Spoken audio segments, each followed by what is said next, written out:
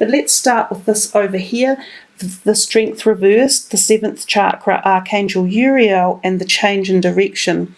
So we talked about, before we even dealt the cards, that you guys had a need for feeling safe and for grounding and home and stability, but to let go of fear.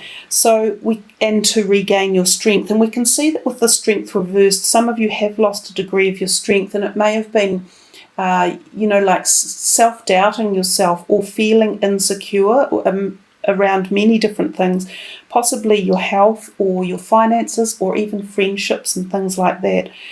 Capricorns do like to feel secure. You're one of the very grounded, of the zodiac sign, and stability and safety and security keeps you guys really, powerfully happy and in that strong Capricorn goat style. But letting go of some of those things and taking that leap of faith can be just as equally empowering for you. It takes you to the next level of opening doors and seeing where your future is headed. So with that strength reversed, I think it just reiterates that whole feeling about you guys regaining personal strength. Now, some of you may have been unwell physically, so this could be the regaining of physical strength. And for others of you, there may have been a slight emotional loss of strength, like a feeling as though you have been depowered through others, like as if other people may not have been fair or reasonable or logical to you in their behaviour or treatment of you. So you do focus on that, and I think that the other two cards give you this great feeling of renewed change coming and a change in direction for you, and knowing that the path is turning for the better. So the 7th chakra, the crown chakra, is all about opening up to the wisdom of the universe and galactic connections, and especially Archangel Uriel. Now, Uriel is a very powerful angel to take to things such as business meetings and communication amongst other people. So if any of you have that need, if you have dealings with other people, whether it be in your careers or business or your studies or even just personally with friends, Uriel is a very good communicator and helps to format and set up and have meetings go very well. So remember, if you need to strategize any of that sort of energy, take Uriel with you. The more you open your crown chakra to galactic energies or knowledge of collective consciousness, the more creativity comes into you, and you'll find different paths of awareness and opportunities coming into your life, which create added abundance. The change in direction is always a beautiful card. It tells us that things are happening and moving. It's almost a little bit like the Wheel of Fortune card. So it's suggesting that for many of you, you are about to walk into a new path of your life. This again can be any area such as career, friendships, romance, knowledge, awareness, understanding, belief systems, physical health and mental health, and of course the obvious in the picture, babies and fertility. So there is a little bit of degree of that within your card about receptive fertility, and some of you may be looking at a pregnancy, or some of you may be welcoming new people into your family, such as an adoption or the merging or blending of two families together, or a new pet even into your home life.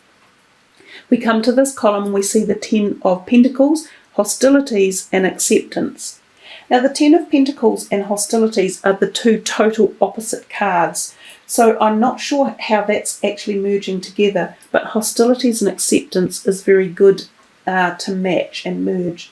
So the 10 of Pentacles talks to us about feeling safe and secure, and having perhaps made sure that in your life you do have this stability and maybe quite a healthy sort of understanding of your finances, whether it's your investments or your income or how you're earning it or where you divestly invest it or save it. There's also a possibility that you have a loving, happy family support network around you. And this can possibly even pertain to extended family members, such as grandparents or other relatives. Now, some of them might be the ones that offer you extra support if you have had hostilities from other people, uncalled for hostilities as well.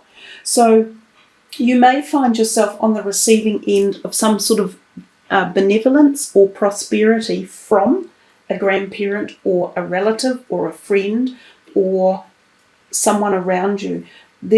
If you felt like you needed to ask for a loan or to borrow some money or perhaps to ask for their advice around finances or business realm, it feels as though there are people around you who could give you very good, stable, upright, solid support, either financially, emotionally, logically, intellectually or physically. Some of you may even move into a home with older people or mentors or friends or business people that you associate with. Coming to the hostilities, yes, when this card is here, unfortunately, there are some around you. I often think hostilities are brought about by jealousy and envy of other people's, oh, I wish I could be like that type thing. And in fact, I'll see if I can focus into the back top line a little bit more for you while we're here. The hostilities card, just means be aware. There could be a few arguments around. It could be people that it could be in the family. So it could be extended family members who are either argy-bargy or someone feels that you might be getting something they're not, or there's some sort of or miscommunication between you. But it's important to deal with them in the right way. And if we deal with them with acceptance and just accept that sometimes we have a difference of opinion, and we can say to that person or the people or the group or the situation, hey, I see that you see it that way, and that's fine. That's your opinion. I have mine, and I'm entitled to, and you're entitled to yours. Let's just beg to disagree or differ. If you just kind of leave it more at that level, the hostilities will usually back away and disappear. It's also learning to accept others for their own attitudes and behaviours, and understanding that no one else necessarily sees life exactly the way we do, and we can't force other people to be in that situation or to understand it either. So allowing everyone to have their own opinion and perspective can be a really good way of allowing hostilities to be abated and for them to drop down. We'll come to this row here, the Seven of Wands, rest and rejuvenation and perfect timing.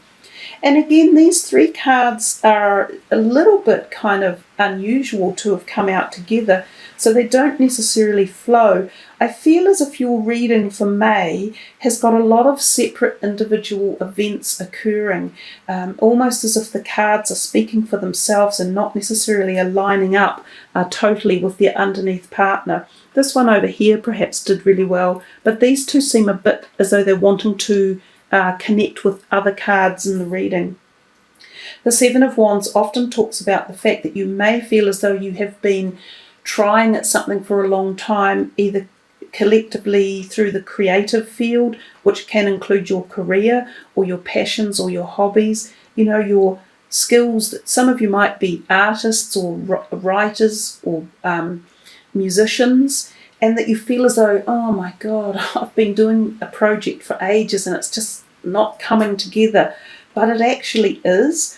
All the groundwork that you've been doing in the past is starting to pay dividends. And if you notice, if this is you holding this wand up here and all this other junk that's being diffused into the situation, you're still on top of it.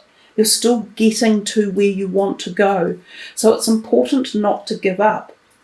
But I guess from that, the Seven of Wands can often give us this feeling of the need to take a rest because we've been battling at something for ages.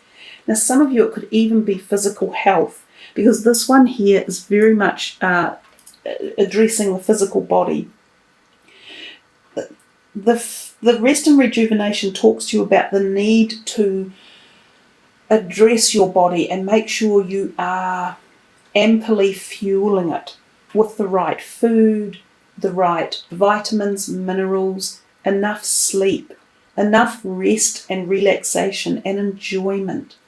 enough downtime from whatever these stuff that's going on over here, whether or not it's concerns or worries or ideas or excitements or opportunities.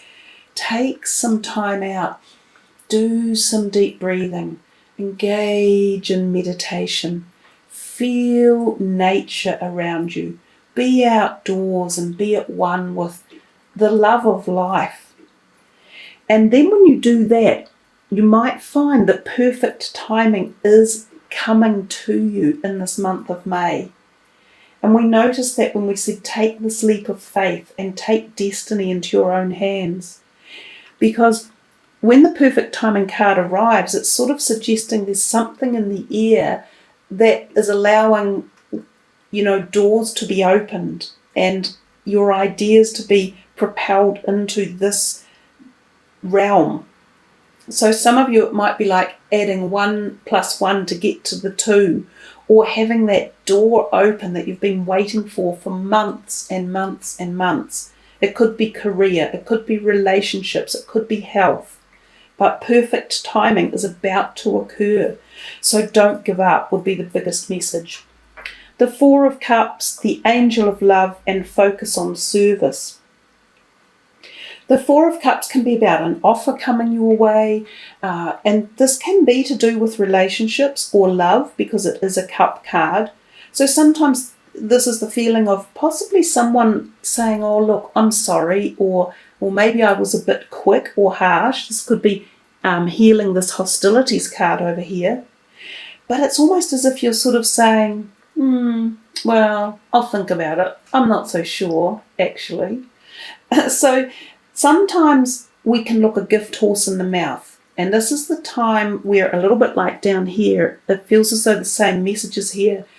If people have been annoying you or aggravating you and then they sort of come back to apologise, try and listen to it and try and accept it and have acceptance in your month for May, because I think acceptance is going to be part of your perfect timing. I think if you shut too many people out because you're either angry at them or you feel that they've misjudged you or they haven't been fair to you, there's a possibility that you're going to miss an opportunity. So I think it's about seeing the possibilities in everyone and every situation and not necessarily being afraid of them, as I say, and not worrying too much about it. So drop off fear, drop off worry, and drop off expectations of others' attitudes. And I think you'll find a whole lot more happens. This Angel of Love, it could very well be someone that comes to you offering you love as well. And it might not be someone you thought you were first interested in, but you might awaken to the idea that this person could be a great partner or a great friend. And this is also self-love as well, remember. And I can't help but put this beautiful pink calcite manganese there because the colours just go so beautifully together. So just remember too, yes, self-love is very, very important, and self-love gives us that strength and reverses that upturned strength card in the corner, and it has been a message for you guys. But it doesn't have to be just self-love either. This is also romantic love, it's love for life, it's love for everything, it's love for your body, it's love for who you are.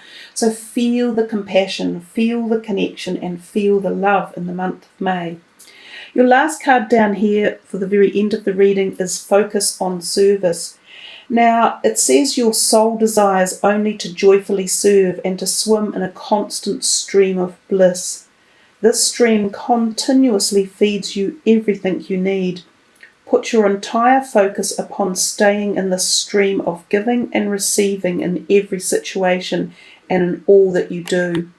So sometimes this can be related to your career. Some of you may have been nervous about what career do I take, how do I become successful in my career field, or the studies you are doing at university, or a certain project that you are attempting to do. And it's saying to just focus on being engaged in the cycle of give and take, because as you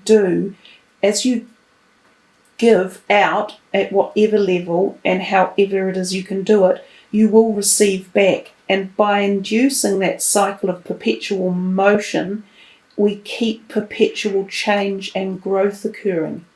And so therefore, as that happens, we don't need to be nervous or anxious about it. It just is. And it's also about being in the current moment and experiencing bliss and euphoria and happiness and love in the moment, and not being too far forward in your thinking or your worrying, Capricorn. So there you are. I'm feeling, when I look through the camera, a great deal of beautiful pink. And I know that that was, the red base chakra was coming through for you guys, but there's certainly some pink, loving, gentle, nurturing energy in the reading as well.